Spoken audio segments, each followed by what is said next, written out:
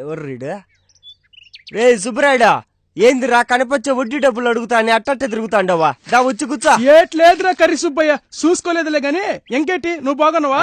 బాగుండా. ఏంది సంచిలా ఇత్తనాలా? ఇవా ఎరువులురా. ఎరువులా? ఏమి వేసినవురా? వరేసినవా పత్తి వేసినవా? ఎండాకాలం కదా పత్తి వేస్తానే. బాగుంటదిలే. యాడికి పోయి వచ్చండవా? నా కొడుకు హైదరాబాద్ లో ఉంటాడు కదా, అవేవో బుక్కులు కొనాలన్నాడు రా.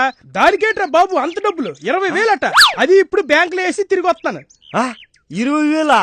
అదేం బుక్ రో సోమే? అదేదో ఫేస్బుక్ అంటరా, అవి చదివితే బేగు ఉద్యోగులు కూడా వస్తాయంట. ఫోన్లే పాప ఆడముచ్చట ఎందుకు కాదనాలని డబ్బులేసి వచ్చేస్తున్నాను రా.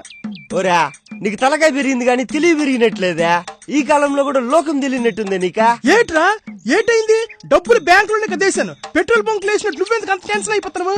వారి నీ బంకులో నా బీడీ కట్ట నీ కొడుకు నిన్ను మోసం చేసిండర్రా. ఒకసారి అదేదో వాడిని గిట్టి గడుగో.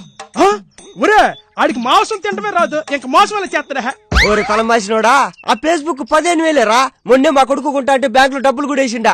ఏదైనా పని చేసే ముందు నాటాడు తెలివే నువ్వు అడగాలని తెలుదు నీకా? సర్లే అయిపోయింది ఏదో అయిపోయిందిలే గానీ, మా ఊడు అదేదో వాట్సాప్ కొనాలా 20,000 పంపిమన్నారా. రేపు మాపో మీ కొడుకు కూడా అడుగుతాడు, అప్పుడు 5,000 తగ్గించి పంపించు.